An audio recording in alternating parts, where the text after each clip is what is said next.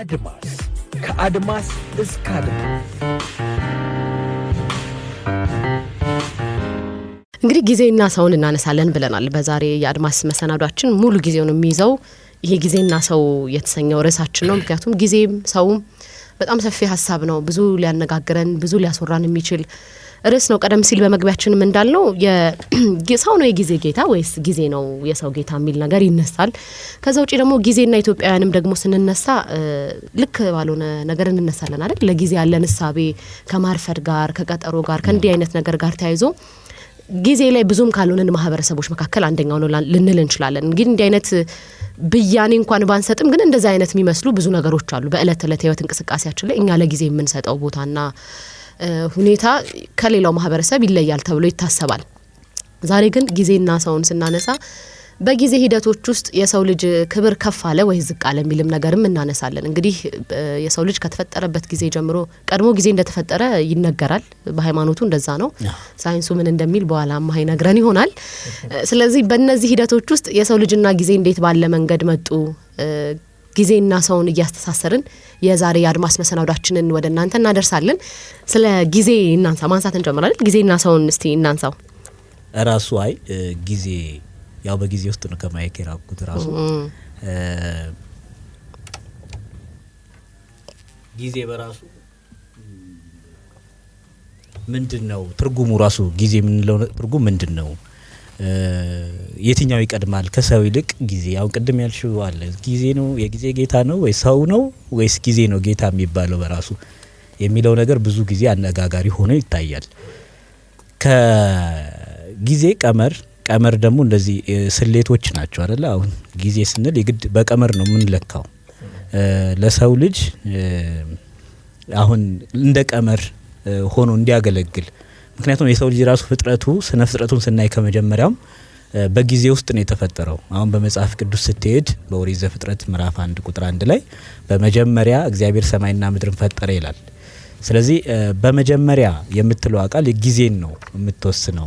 ስለዚህ ከሰው ልጅ ፍጥረት አስቀድሞ ጊዜን የተፈጠረው የሚል ሐሳብ አለና ስለዚህ ከሰው ልጅ ቀድሞ የተፈጠረው ጊዜ ነው።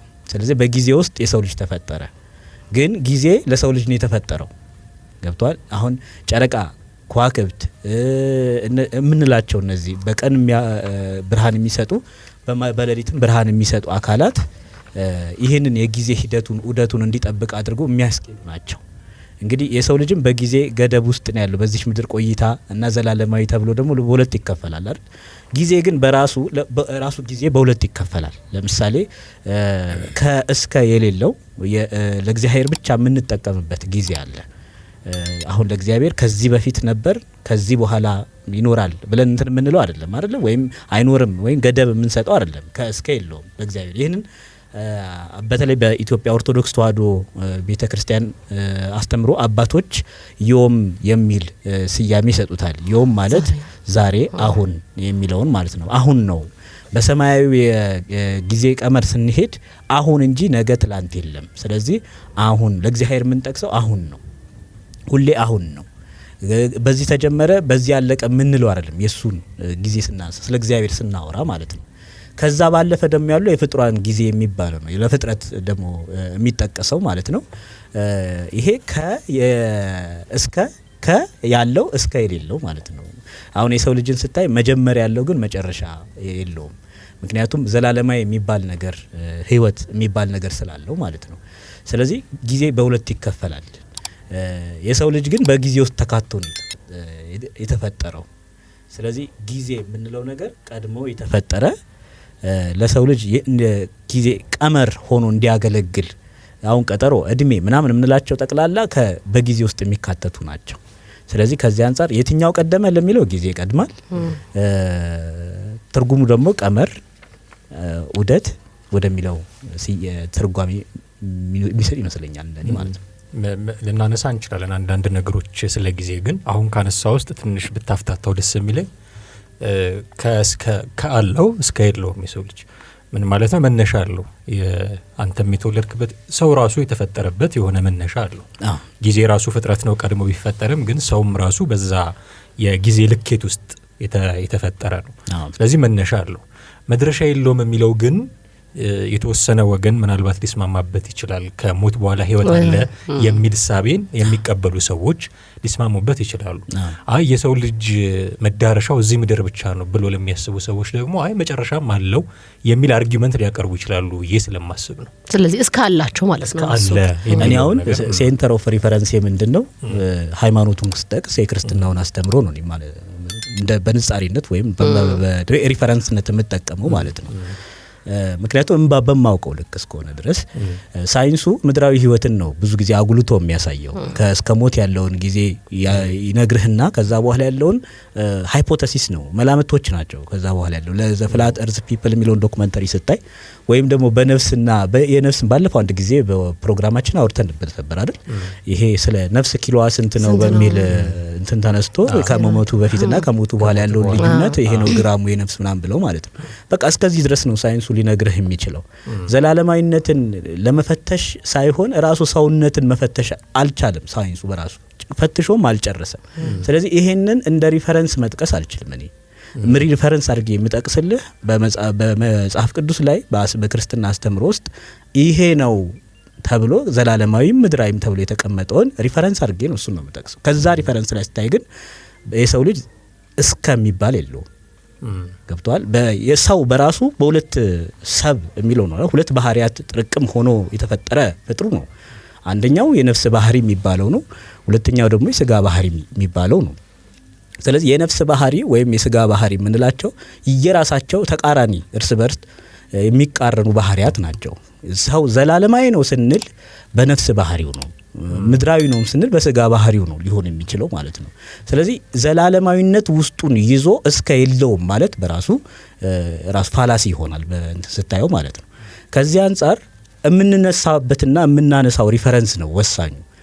ያንን ሪፈረንስ የምታነሳው ከሳይንስ ከሆነ እንደዚህ ሳይንሱ እንደዚህ ይላል የሰው ልጅ ዘላለማዊነት የለውም ወይም ሌሎች ቤተ እምነቶች እንደዛ ሊሉ ይችላሉ። እኔ ግን እስከማውቀው ድረስ በተማርኩበት ልክ የሰው ልጅ ከአለው እስከ ግን የለውም የሚለውን ስለዚህ ከዚህ ምድር በኋላ ጊዜ ራሱ ጥቅም ላይ የሚውል ነገር አይደለም ብለን ማለት ወደ አንድ ይካተታል። ወደዛኛው ቅድም ወዳልኩ ማለት ነው። ይሄ ጊዜ በሁለት ይከፈላል ብለን የለ አሁን በእግዚአብሔራዊ ወይም በመላእክት ዓለም ዘንድ በዕለተ እሁድ ተፈጠሩ፣ ሰኞ የለም በእነሱ በሰማያዊ ስርዓት መሰረት ማለት ነው።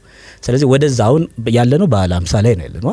በዓለ ሃምሳ እኮ ከምጽአት በኋላ ያለውን ጊዜ ተወክላለች። እንደ አንድ ቀን ነው የምትታየው ይባላል። በዕለተ እሁድ ያቺ ሰንበት ታላቋ ሰንበት የምትባለው መጨረሻ ላይ የሰው ልጆች ከትንሣኤ ዘጉባኤ በኋላ ወደ የሚኖሩበትን ህይወት ነው ኑ ሀቤ ሲል ኑ እናንተ የአባቴ ብሩካን ብሎ ወደ ተቀመጠላቸው ርስት ሲያስገባቸው የሚኖሩት ህይወትን ይወክላል በዓለ ሃምሳ።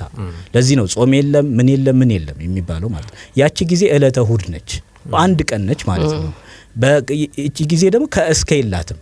አሁን የሰው ልጅ ከእስከ ከሚለው እሳቤ ወደዛኛው ወደ እግዚአብሔር ወደዛኛው ውስጥ ነው የሚካተተው ማለት ነው። መጀመሪያም የተፈጠረው ባህሪውም ወደዛ ስለሆነ ማለት ነው። ስለዚህ ከዛ አንጻር ነው። በጣም አሪፍ ፍፄ፣ ትንሽ እንድታፍታታው የፈለኩትን በደንብ አፍታተህልኛል። ስለ ጊዜ አንዳንድ ነገሮችን ማንሳት እንችላለን ብዬ አስባለሁ። የተለያዩ አይነት ፐርስፔክቲቮች አሉ። አሁን አንተ ከሃይማኖቱ አንጻር እንዳነሳኸው ጉዳዩን ፊሎሶፊካሊ የሚያዩት ሰዎች አሉ፣ ሳይንቲፊካሊም የሚታያለ፣ ሳይኮሎጂካሊም በራሱ ደግሞ ሪያሊቲውስ ምንድነው አሁን እየኖርንበት ያለው ጊዜ የሚሉትን ጉዳዮች የሚያነሱ ሰዎች አሉ። ምናልባት ከፊሎሶፊካል ኮንሰፕቶችን ጀምር ካልን ጥያቄ ያነሳሉ ፊሎሶፈሮች። ሪሊ አለ ታይም የሚባል ነገር ወይስ ኮንሰፕት ብቻ ነው የሚል ጥያቄ የሚያነሱ ሰዎች አሉ። አሁን እንደ ሌሎች ቁሶች የምትዳስሰው የምትጨብጠው ነገር አይደለም መቼ እና ከሰው ልጅ በፊት ቀድሞ ተፈጥሯል ቢባልም አሁን ግን ትርጉም ያለው በሰው ልጅ ምክንያት ነው ብዬ አስባለሁ። እዚህ ምድር ላይ ጊዜ በራሱ በሰው ልጅ ምክንያት ነው ትርጉም ያለው ብዬ አስባለሁ። ግን የሰው ልጅም ባይኖር ደግሞ የጊዜ መሄድ በጊዜ መሄድ ውስጥ የሚፈራረቁ የወቅቶች መፈራረቅ ሌሎች ፍጥረቶች ላይ ህይወት ያላቸው ነገሮች ላይ በአብዛኛው ለውጦች ሲያመጣ ታያለ። ስለዚህ ብቻውን እንደው ዝም ብሎ የሆነ ነገር ነው ብሎ ለመናገር ይከብዳል። ኦፍ ኮርስ የሆነ ኮንሰፕት ሊሆን ይችላል፣ ግን በመምሸትና መንጋት ቀመር ውስጥ ያለ እና በዛ መለዋወጥ ውስጥ ደግሞ የሆነ ተጽዕኖ ሊያሳድርበት የሚችለው ነገር ከሌለ በስተቀር ጊዜ በራሱ እንዲህ ነው ብለው እንደው በምልአት ልትገልጸው የምትችለው ነገር አይደለም። ከዛ ውጪ ፊውቸርስ ራሱ ኤግዚስት ያደርጋሉ የሚል ጥያቄ የሚያነሱ ደግሞ ፊሎሶፈርሶች አሉ። ምክንያቱም እርግጠኛ የምትሆነው ስለሆነ እንደውም ካልተሳሳትኩኝ ስሙን አውግስቲን የሚባል ሰው የአእምሮ ጠባይ ነው ጊዜ ይላል።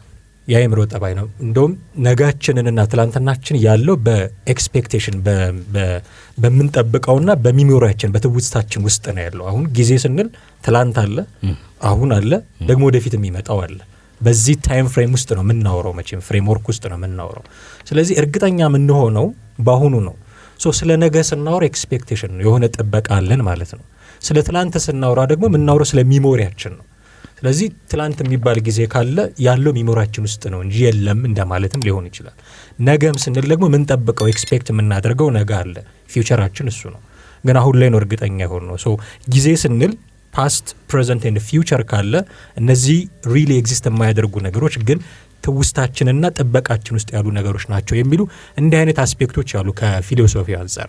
በሳይንስ ምናልባት ፊዚክስ ነው እዚህ ላይ ብዙ ሲናገር የምንሰማው ጊዜ ለውጥንና እንቅስቃሴ ለመለካት የምንጠቀምበት ነገር እንደሆነ ነው የሚያሳየው። ፕሮግረስ አለ፣ ቼንጅ አለ፣ እሱ ለመለካት የምንጠቀምበት ነገር እንደሆነ ያሳያል። በፊዚክሱ ሊቅ በአንስታይን እሳቤ ደግሞ ያው ጊዜ ተለዋዋጭ ነው። ከከንፈር ወዳጅ ጋር ሆነህ የምታሳልፈው አንድ ሰዓትና እሳት እጅ ላይ ጨብጠህ የምታሳልፈው አንድ ሰዓት ሪሌቲቭሊ የተለያዩ ናቸው። የተወሰደው ምሳሌው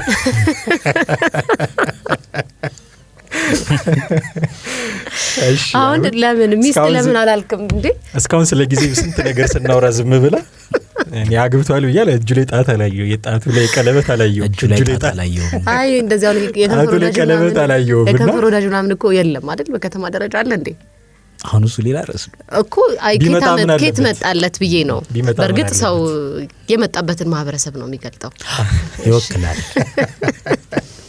ቀጥል። ለማንኛውም ስለዚህ ማለት የፈለኩት ሪሌቲቭሊ ነው የሚያየው አንስታይን ነው። ስለዚህ ተለዋዋጭ ነው የሚል እሳቤ አለ ሳይንሱ አካባቢ እንደዛ ይገለጻል። የሂውማን ፐርሰፕሽን የሚባል ደግሞ በሰዋዊነት ደግሞ አንጻር የሚታዩ እይታዎች አሉ። የክስተቶችን ለውጥ የአሁንን እድገት ኤክስፒሪየንስ የምናደርግበት መንገድ እንደሆነ ይነሳል። በአጭሩ ግን ጭንቅላታችን ጊዜን የሚረዳው የምክንያትና የውጤት ግንኙነትን እንደምናውቅበት መሳሪያ አድርጎ ነው የሚሉ መረዳቶች አሉ። ግን አሁን እየኖርንበት ካለው ነገር አንጻር ሪሊ በጊዜ እያልተጠቀምንበትም ሊሆን ይችላል። ግን ካለን ኮንሰፕት አንጻር ጊዜን ሞር አሁን ካነሳናቸው ነገሮች አንጻር ተጨባጭ የሚያደርግልን አገላለጽ የትኛው ነው ብዬ ነው ማስበው። መስፈሪያ ያለው የሚለካ ማለት ነው። በሰዓት ወይ በደቂቃ ወይ በሰከንድ እንደዚህ ልንለካው የምንችል እና የተከፋፈለ በዛ እንቅስቃሴዎችን ለማደራጀት እና መልሶም ደግሞ ወደኋላ መልሶ ለመከታተል እና ለማቀናጀት የሚጠቅመን የሆነ ነገር ነው፣ ኮንሰፕት ነው የሚለው ነገር ምናልባት ሊወስደን ይችላል ቁስ አካል ስላሉ። ስለዚህ በታይም ምንድነው በካላንደር አለን አይደለም፣ ቀን አለ፣ ወር አለ ምናምን ምንለው የምንከፋፍልበት ሰዓት፣ ደቂቃ፣ ሴኮንድ ምናምን አለ። በዛ የከፋፈል ነው እና ነገሮቻችንን በቅደም ተከተል ለማስኬድ የሚመቸን፣ ስንፈልግ ዞር ብለን ለመከታተል የሚጠቅመን፣ ሳንፈልግ ደግሞ ቅድም ለመያዝ የሚመቸን፣ በዛ እንቅስቃሴ ውስጥ ያሉትን ነገሮች ኮኦርዲኔት ለማድረግ የሚያስችለን የሆነ ኮንሰፕት ነው ማለት እንችላለን ጊዜ። አድማስ ከአድማስ እስከ አድማስ